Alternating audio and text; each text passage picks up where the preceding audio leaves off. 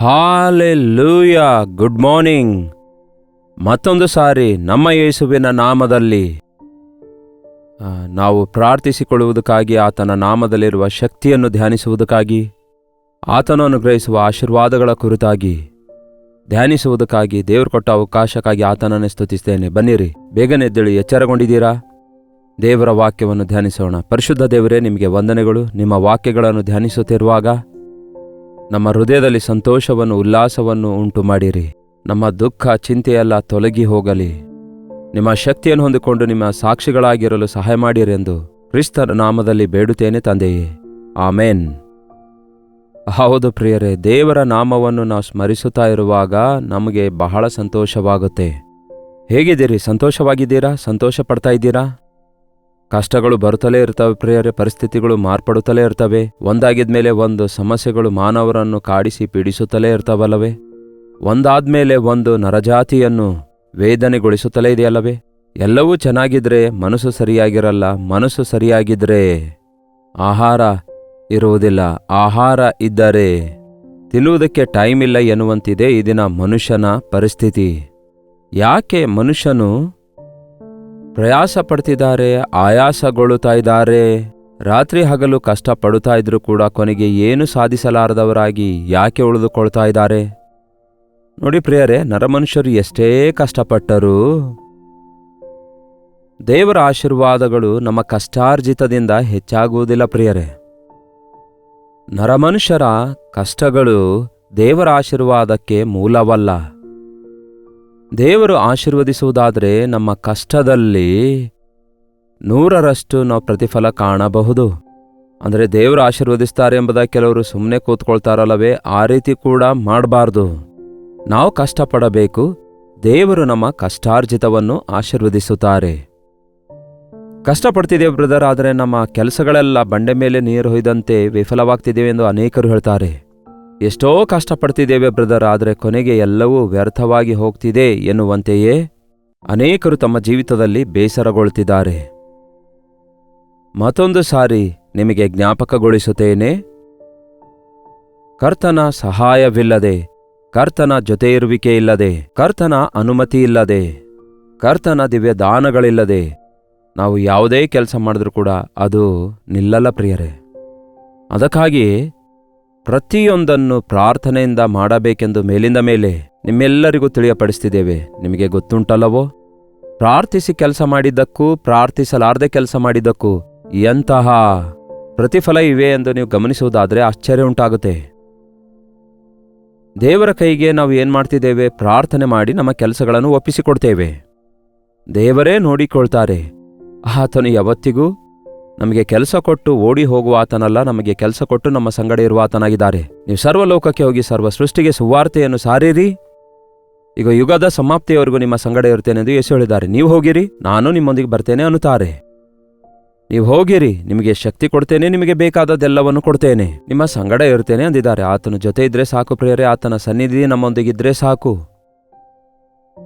ಈ ದಿನಗಳಲ್ಲಿ ಬಹಳಷ್ಟು ಜನರ ಜೀವಿತದಲ್ಲಿ ಆಕಸ್ಮಿಕವಾದ ನಷ್ಟಗಳು, ಮರಣಗಳು, ಅನವಶ್ಯಕವಾದ ಒಂಥರ ವ್ಯಥೆಗಳು.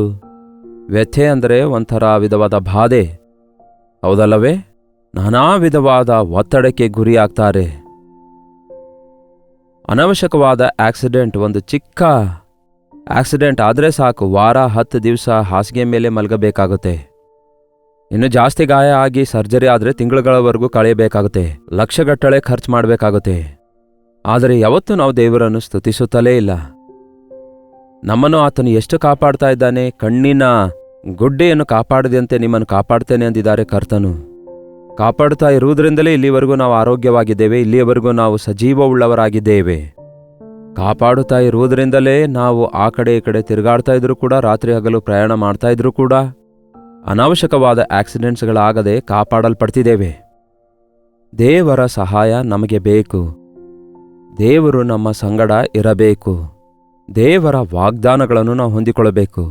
ಯೆಶಾಯನ ಪ್ರವಾದನೆ ಪುಸ್ತಕ 65ನೇ ಅಧ್ಯಾಯ 22ನೇ ವಚನದಿಂದ ಓದುತ್ತಿದ್ದೇನೆ, ಕೇಳ್ರಿ. ಒಬ್ಬನು ಕಟ್ಟಿದ ಮನೆಯಲ್ಲಿ ಬೇರೊಬ್ಬನು ವಾಸಿಸನು, ಒಬ್ಬನು ಮಾಡಿದ ತೋಟದ ಫಲವು ಇನ್ನೊಬ್ಬನಿಗೆ ವಶವಾಗದು. ನನ್ನ ಜನರ ಆಯುಷ್ಯು ವೃಕ್ಷ ಆಯುಷ್ಯನಂತಿರುವುದು. ನನ್ನ ಆಪ್ತರು ತಮ್ಮ ಕೈಕೆಲಸದ ಆದಾಯವನ್ನು ಪೂರಾ ಅನುಭವಿಸುವರು. ಅಂದರೆ ನಾನು ಆರಿಸಿಕೊಂಡವರು ತಮ್ಮ ಕೈಕೆಲಸದ ಆದಾಯವನ್ನು ಪೂರಾ ಅಂದರೆ ಪೂರ್ತಿಯಾಗಿ ಅನುಭವಿಸುವರು. ವಚನ 23, ಅವರು ವ್ಯರ್ಥವಾಗಿ ದುಡಿಯರು. ಅವರಿಗೆ ಹುಟ್ಟುವ ಮಕ್ಕಳು ಘೋರ ವ್ಯಾಧಿಗೆ ಗುರಿಯಾಗರು. ಅವರು ಯೆಹೋವನ ಆಶೀರ್ವಾದವನ್ನು ಹೊಂದಿದವರ ಸಂತಾನವಷ್ಟೇ. ದೇವರು ಆಶೀರ್ವದಿಸಿದರೆ ಎಂಥ ಆಶೀರ್ವಾದ ಉಂಟಾಗುತ್ತೆ ನೋಡಿ, ಎಷ್ಟು ಕಾವಲು ಭದ್ರತೆ ಇರುತ್ತೆ ನೋಡಿ. ಅವರು ವ್ಯರ್ಥವಾಗಿ ದುಡಿಯರು ಅಂದರೆ ನಮ್ಮ ಪ್ರಯಾಸ ವ್ಯರ್ಥವಾಗಲ್ಲ. ಅನವಶ್ಯಕವಾದವುಗಳಿಗಾಗಿ ಆತುರ ಪಡುವಂಥವರು, ವ್ಯರ್ಥವಾದವುಗಳಿಗೋಸ್ಕರ ಪ್ರಯಾಸ ಪಡುವಂಥವರು ತಮ್ಮ ಜೀವಿತದಲ್ಲಿ ನಷ್ಟ ಹೋಗ್ತಾರೆ. ಆದರೆ ದೇವರಿಂದ ಆಶೀರ್ವದಿಸಲ್ಪಟ್ಟಂಥವರಿಗೆ, ದೇವರ ಜೊತೆ ಇರುವಂಥವರಿಗೆ ಅವರ ಪ್ರಯಾಸಕ್ಕೆ ತಕ್ಕ ಪ್ರತಿಫಲವನ್ನು ಹೊಂದಿಕೊಳ್ತಾರೆ. ಅವರಿಗೆ ಆಕಸ್ಮಿಕವಾದ ಅಪಾಯಗಳುಂಟಾಗುವುದಿಲ್ಲ. ಆಕಸ್ಮಿಕ ಅಪಾಯಗಳು ನಾವು ಆ ಮಾತೇ ಬಳಸೋದಿಲ್ಲ. ಆಕ್ಸಿಡೆಂಟ್ ಅಂದರೆ ಏನು? ನಾವು ಎದುರು ನೋಡದೇ ಇರುವಂತಹ ಕಾರ್ಯ. ಕೆಲವು ನಿಮಿಷಗಳವರೆಗೂ ನಮಗೆ ಗೊತ್ತಾಗಲ್ಲ ಆಕ್ಸಿಡೆಂಟ್ ಆಗ್ತದೆಂದು. ಕೆಲವು ಕ್ಷಣಗಳವರೆಗೂ ನಮಗೆ ಗೊತ್ತಾಗಲ್ಲ ಅಂತಹ ಅಪಾಯದಲ್ಲಿ ಸಿಕ್ಕಾಕೊಳ್ತೇವೆಂದು. ಆಕಸ್ಮಿಕ ಅಪಾಯವನ್ನು ಹೊಂದಿಕೊಳ್ಳುವುದಕ್ಕಾಗಿ ಅವರು ಮಕ್ಕಳನ್ನು ಹಡೆಯುವುದಿಲ್ಲ. ಎಷ್ಟೋ ಸಾರಿ ತಂದೆ ತಾಯಿಗಳು ತಮ್ಮ ಮಕ್ಕಳ ಮರಣ ನೋಡಬೇಕಾದಂತಹ ಪರಿಸ್ಥಿತಿ ನಾವು ನೋಡ್ತಿದ್ದೇವಲ್ವೇ? ಆ ತಂದೆ ತಾಯಿಗಳ ಹೃದಯ ನಿರಾಶೆಗೊಳಗಾಗ್ತಿದೆ. ಅವರನ್ನು ಹೆತ್ತಿ ಸಾಕಿ ಸಲಹಿ ದೊಡ್ಡವರನ್ನಾಗಿ ಮಾಡಿದ ಮೇಲೆ ಅವರ ವಿಷಯದಲ್ಲಿ ಆಸೆ ಇಟ್ಟುಕೊಂಡಂತಹ ಯವನ ಮಕ್ಕಳು ಈ ದಿನ ಆಕಸ್ಮಿಕವಾಗಿ ಮರಣ ಹೊಂದುತ್ತಿದ್ದಾರೆ. ಕೆಲವೊಂದು ಸಾರಿ ಆತ್ಮಹತ್ಯೆ ಮಾಡಿಕೊಂಡು ಮರಣ ಹೊಂದುತ್ತಿದ್ದಾರೆ. ಕೆಲವೊಂದು ಸಾರಿ ಅವರು ಪಾಪ ಮಾಡಿ ಆ ಪಾಪದ ವಿಷಯದಲ್ಲಿ ಖಂಡನೆಗೊಳಗಾಗಿ ತಮ್ಮನ್ನು ತಾವೇ ನಾಶ ಮಾಡಿಕೊಳ್ತಿದ್ದಾರೆ. ಕೆಲವೊಂದು ಸಾರಿ ಇತರರ ಮೂಲಕ ಮಾನಭಂಗ ಮಾಡಲ್ಪಟ್ಟು ಕೊಲ್ಲಲ್ಪಡುವುದು, ಇವೆಲ್ಲ ಈ ದಿನ ಸರ್ವಸಾಧಾರಣ ಆಗ್ಬಿಟ್ಟಿವೆ ಅಲ್ಲವೇ? ಅನೇಕ ಜನರು ಈ ದಿನ ಆಕ್ಸಿಡೆಂಟ್ಗಳಲ್ಲಿ ಸಾಯ್ತಾ ಇದ್ದಾರೆ. ನಾವು ನಮ್ಮ ಜೀವಿತ ಶಾಂತಕರವಾಗಿ ಜೀವಿಸಬೇಕೆಂದು ದೇವರು ಕೋರಿಕೊಳ್ತಾರೆ. ಯವನ ಕಾಲದಲ್ಲಿ ಸಡನ್ನಾಗಿ ಒಬ್ಬ ಮಗನು ಸಾಯುವಂಥದ್ದಾಗಲಿ, ವಿವಾಹವಾದ ಕೆಲವೇ ದಿನಗಳಿಗೆ ಗಂಡ ಮರಣ ಹೊಂದುವುದು, ಇಲ್ಲವೇ ಹೆಂಡತಿ ಮರಣ ಹೊಂದುವುದು, ಮಕ್ಕಳು ಮರಣ ಹೊಂದುವಂಥದ್ದು ಆ ಮನೆಯಲ್ಲಿ ಎಷ್ಟು ವೇದನೆಯನ್ನು, ಎಷ್ಟು ರೋದನೆ ಉಂಟು ಮಾಡುತ್ತದೆ ನೋಡಿ. ಅದು ಅಂತಹ ಸ್ಥಿತಿಯಲ್ಲಿದ್ದವರಿಗೆ ಅರ್ಥ ಆಗುತ್ತೆ. ಆದರೆ ದೇವರೇ ನಿಮ್ಮ ಸಂಗಡ ಇರುವುದಾದರೆ ಅಂತಹ ಮರಣಗಳಿಂದ ನಿಮ್ಮನ್ನು ತಪ್ಪಿಸುವಂಥವರಾಗಿರುತ್ತಾರೆ. ಅಂತಹ ಶಾಪದಿಂದ ನಿಮ್ಮನ್ನು ತಪ್ಪಿಸುವಂಥವರಾಗಿರುತ್ತಾರೆ. ತಪ್ಪಿಸಲ್ಪಟ್ಟವರಲ್ಲಿ ನೀವೇ ಇದ್ದೀರಿ. ಸಾಕ್ಷಿ ಹೇಳಲ್ಲ. ಕೂದಲು ಎಳೆಯಷ್ಟು ಅಂತರದಲ್ಲಿ ಆಕ್ಸಿಡೆಂಟ್ ತಪ್ಪಿದೆ, ನಾನು ಕೆಳಗೆ ಬಿದ್ದೆ, ಬೈಕ್ ನುಜ್ಜುಗುಜ್ಜಾಯಿತು, ಆದರೆ ನನಗೆ ಯಾವ ಗಾಯವಾಗಲಿಲ್ಲ ಎಂದು ಸಾಕ್ಷಿ ಹೇಳುವಂಥವರು ಕೂಡ ಇದ್ದಾರೆ. ಯಾವ ರೀತಿಯಾಗಿ ಅವರು ಆ ರೀತಿ ಕಾಪಾಡಲ್ಪಟ್ಟರು? ದೇವರ ಬೇಲಿಯ ಅಡಿಯಲ್ಲಿ ಅವರು ಇರೋದ್ರಿಂದಲೇ. ಅವರಿಗೋಸ್ಕರ ಯಾರೋ ಒಬ್ಬರು ವಿಜ್ಞಾಪನೆ ಪ್ರಾರ್ಥನೆ ಮಾಡ್ತಿರೋದ್ರಿಂದಲೇ. ತಾಯಿಯ ಪ್ರಾರ್ಥನೆ, ತಂದೆ ತಾಯಿಗಳ ಪ್ರಾರ್ಥನೆ ಮಕ್ಕಳನ್ನು ಕಾಪಾಡುತ್ತೆ. ತಂದೆ ತಾಯಿಗಳೇ, ನಿಮ್ಮ ಮಕ್ಕಳಿಗೋಸ್ಕರ ಪ್ರಾರ್ಥಿಸಿರಿ. ಅವರು ಹೊರಗಡೆ ಹೋಗಿ ಒಳಗಡೆ ಬರುವವರೆಗೂ ದೇವರ ಬೇಲಿ ಅವರ ಸುತ್ತಲಿರುವ ಹಾಗೆ ಪ್ರಾರ್ಥಿಸಿರಿ. ಕಾದುಕೊಂಡಿದ್ದಾನೆ ಬಾಗಿಲ ಬಳಿಯಲ್ಲಿ, ಸೈತಾನನು ಯಾರನ್ನು ನುಂಗಲಿ ಎಂಬುದಾಗಿ. ಎಷ್ಟು ಜನ ಯವನಸ್ಥರು ಆಕಸ್ಮಿತವಾಗಿ ಅವರು ತಮ್ಮ ಜೀವಿತವನ್ನು ನಷ್ಟಪಡಿಸಿಕೊಳ್ತಾ ಇಲ್ಲ, ನಾಶವಾಗಿ ಹೋಗ್ತಾ ಇಲ್ಲ. ಅವರು ದುರಭ್ಯಾಸಗಳಿಗೆ, ಡ್ರಗ್ಸ್ಗಳಿಗೆ, ಮದ್ಯಪಾನಕ್ಕೆ ಗುರಿಯಾಗಿ ಅವರ ಜೀವಿತಕ್ಕೆ ಒಂದು ಗುರಿಯಿಲ್ಲದವರಾಗಿ ಜೀವಿಸುತ್ತಾ 30 ವರ್ಷ ವಯಸ್ಸಿಗೆ 60 ವರ್ಷದ ಮುದುಕರಾದಂತೆ ಅವರು ಯಾವ ಕೆಲಸ ಮಾಡಲಾರದ ಪರಿಸ್ಥಿತಿಯಲ್ಲಿ ಮನೆಯವರಿಗೂ ಸ್ವಂತವರಿಗೂ ಭಾರವಾಗಿ ತಯಾರಾಗ್ತಿದ್ದಾರೆ. ಇಂಥವರು ನಿಮ್ಮ ಮನೆಯಲ್ಲಿದ್ದಾರೋ? ಅಂಥವರನ್ನು ಕೂಡ ಯೇಸು ಪ್ರೀತಿಸ್ತಿದ್ದಾರೆ ಪ್ರಿಯರೇ. ಅಂಥವರನ್ನು ಕೂಡ ಯೇಸು ಬಿಡುಗಡೆ ಮಾಡುತ್ತಾರೆ. ತಂದೆ ತಾಯಿಗಳೇ, ನೀವು ನಿಮ್ಮ ಮಕ್ಕಳಿಗೋಸ್ಕರ ಪ್ರಾರ್ಥಿಸಿರಿ. ದೇವರೇ, ನಮ್ಮ ಪಾಪದ ಪ್ರತಿಫಲ ನಮ್ಮ ಮಕ್ಕಳ ಮತ್ತು ಮಕ್ಕಳ ಮಕ್ಕಳ ಮಡಿಲಲ್ಲಿ ಬೀಳದಂತೆ ಮಾಡಿರಿ. ನಮ್ಮ ತಂದೆ ಇಷ್ಟ ಬಂದಂತೆ ಜೀವಿಸಿದರು ಬಹಳಷ್ಟು ಕಾಲ. 40 ವರ್ಷದ ನಂತರ ಮಾನಸಾಂತರ ಹೊಂದರು. ನಾನು ಯೌವನಸ್ಥನಾಗಿದ್ದಾಗ ನನಗೆ ಸುವಾರ್ತೆ ಮುಟ್ಟಿತು. ಮಾನಸಾಂತರ ಹೊಂದಿದ ನಂತರ ಅವರು ಮೊದಲು ಮಾಡಿದ ಪ್ರಾರ್ಥನೆ, ನನ್ನ ಪಾಪಗಳ ಪ್ರತಿಫಲ ನಮ್ಮ ಮಕ್ಕಳ ಮಡಿಲಿಗೆ ಬೀಳಿಸಬೇಡ ದೇವರೇ ಎಂದು ನನಗೋಸ್ಕರ ವಿಜ್ಞಾಪನೆ ಮಾಡಿದ್ರು.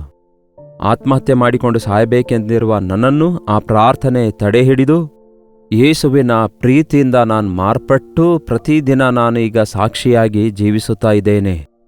ತಂದೆಯೆಂದರೆ, ನಿಮ್ಮ ದೋಷಗಳ ಪ್ರತಿಫಲ ಮಕ್ಕಳ ಮೇಲೆ ಬೀಳದಂತೆ ನೀವು ಪಶ್ಚಾತ್ತಾಪಪಟ್ಟು ಪ್ರಾರ್ಥಿಸಿರಿ. ಗಂಡ ಹೆಂಡತಿಯಾಗಿ ತಂದೆ ತಾಯಿಗಳಾಗಿ ನೀವಿಬ್ಬರೂ ಸೇರಿ ಪ್ರಾರ್ಥಿಸುವುದಾದರೆ ಆಕಸ್ಮಿಕವಾಗಿ ನಿಮ್ಮ ಮಕ್ಕಳಿಗೆ ಮರಣ ಬರುವುದಿಲ್ಲ. ನಿಮ್ಮ ಮಕ್ಕಳ ಸಮಾಧಿಯನ್ನು ನೀವು ನೋಡುವಂತಹ ಅವಶ್ಯಕತೆ ಇರಲ್ಲ. ನಿಮ್ಮ ಮಕ್ಕಳ ಮರಣವನ್ನು, ನಿಮ್ಮ ಮಕ್ಕಳ ದುಃಖವನ್ನು ನೀವು ನೋಡಿ ದುಃಖಪಡುವಂತಹ ಪರಿಸ್ಥಿತಿ ನಿಮಗೆ ಬರಲಾರದಂತೆ ದೇವರು ನಿಮ್ಮನ್ನು ಆಶೀರ್ವದಿಸ್ತೇನೆ ಅನ್ನುತ್ತಾರೆ. ಆಕಸ್ಮಿಕವಾಗಿ ಅಪಾಯ ಹೊಂದಿಕೊಳ್ಳುವುದಕ್ಕಾಗಿ ಮಕ್ಕಳನ್ನು ಹಡೆಯುವುದಿಲ್ಲ. ಕಷ್ಟಪಟ್ಟು ಪ್ರಯಾಸದಿಂದ ವೇದನೆಗೊಂಡು ಮಕ್ಕಳನ್ನು ಹಡೆದು ಆ ಮಕ್ಕಳನ್ನು ಮುದ್ದಾದ ರೀತಿಯಲ್ಲಿ ಬೆಳೆಸಿ ಎಷ್ಟೋ ಆ ಮಕ್ಕಳ ವಿಷಯಗಳಲ್ಲಿ ಆಸೆ ಇಟ್ಕೊಂಡು ಆಕಸ್ಮಿಕವಾಗಿ ಅವರು ತಮ್ಮ ಬಾಲ್ಯದ ದಿನಗಳಲ್ಲಿ ಯೌವನ ಪ್ರಾಯದಲ್ಲಿ ಸತ್ರೆ ಆ ಹೃದಯ ವೇದನೆ ಎಷ್ಟು ಭಯಂಕರವಾಗಿರುತ್ತೆ ಗೊತ್ತಾ? ಆಕಸ್ಮಿಕವಾದ ಮರಣದಿಂದ ತಪ್ಪಿಸುವುದಕ್ಕಾಗಿ ನಮ್ಮ ದೇವರು ಶಕ್ತಿಯುಳ್ಳಾತನಾಗಿದ್ದಾರೆ. ನಮ್ಮ ದೋಷಗಳನ್ನು ಕ್ಷಮಿಸುವಾತನಾಗಿದ್ದಾರೆ. ನಮ್ಮ ಕೇಡಿನಿಂದ ತಪ್ಪಿಸುವಾತನಾಗಿದ್ದಾರೆ. ದೇವರ ಆಶೀರ್ವಾದ ನಮ್ಮೊಂದಿಗಿರುವುದಾದರೆ ಮರಣ ನಮ್ಮ ಮನೆಗೆ ಬರೋದಿಲ್ಲ. ಲಾಜರನು ಮರಣ ಹೊಂದಿದಾಗ ಅವನ ಅಕ್ಕ ತಂಗಿಯಂದಿರಿಬ್ಬರೂ ಕೂಡ, ಮಾರ್ತಾ ಮರಿಯಳಿಬ್ಬರು ಯೇಸುವಿನ ಬಳಿಗೆ ಬಂದ ನಂತರ ಒಬ್ಬರಾದ್ಮೇಲೆ ಒಬ್ಬರು ಏನೆಂದು ಹೇಳ್ತಾರೆ?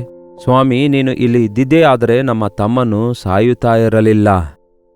ನೀವು ಇಲ್ಲದಕ್ಕಾಗಿಯೇ ನಮ್ಮ ಮನೆಯಲ್ಲಿ ಮರಣ ಬಂತು. ನೀನು ಇಲ್ಲದಕ್ಕಾಗಿಯೇ ನಮ್ಮ ಮನೆಯಲ್ಲಿ ದುಃಖ ಬಂತು. ಹೌದು, ಯೇಸು ಇದ್ದ ಸ್ಥಳಗಳಲ್ಲಿ, ಜೀವಾಧಿಪತಿ ಇದ್ದ ಸ್ಥಳದಲ್ಲಿ ಜೀವ ಇರುತ್ತೆ. ಅದಕ್ಕಾಗಿಯೇ ಸತ್ತು 4 ದಿನಗಳವರೆಗೂ ಸಮಾಧಿಯಲ್ಲಿ ಇಡಲ್ಪಟ್ಟ ಲಾಜರನು ಕೂಡ ಜೀವಿಸಿದ. ಆ ಲಾಜರನಿಗೆ, ಲಾಜರನೇ ಎದ್ದು ಬಾ ಎಂದು ಯೇಸು ಕರೆದ ಕೂಡಲೇ 4 ದಿನಗಳು ಕಳೆದ ನಂತರವೂ ಕೂಡ ಶರೀರ ನಾತ ಹೊಡೆದಿರುತ್ತೆ. ಅಷ್ಟೊತ್ತಿಗೆ ದೇವರು ಡಿಕಂಪೋಸ್ ಆಗಿರುವುದನ್ನು ಕಂಪೋಸ್ ಮಾಡಿದ್ರು. ಆತನೇ ಅಲ್ಲವೂ ನಮ್ಮನ್ನು ಸೃಷ್ಟಿಸಿದ ಸೃಷ್ಟಿಕರ್ತ. ಮಣ್ಣಿನಿಂದ ಮನುಷ್ಯನನ್ನು ಉಂಟು ಮಾಡಿದಾತನಿಗೆ ಯಾವುದೊಂದು ಕೂಡ ಅಸಾಧ್ಯವಿಲ್ಲ.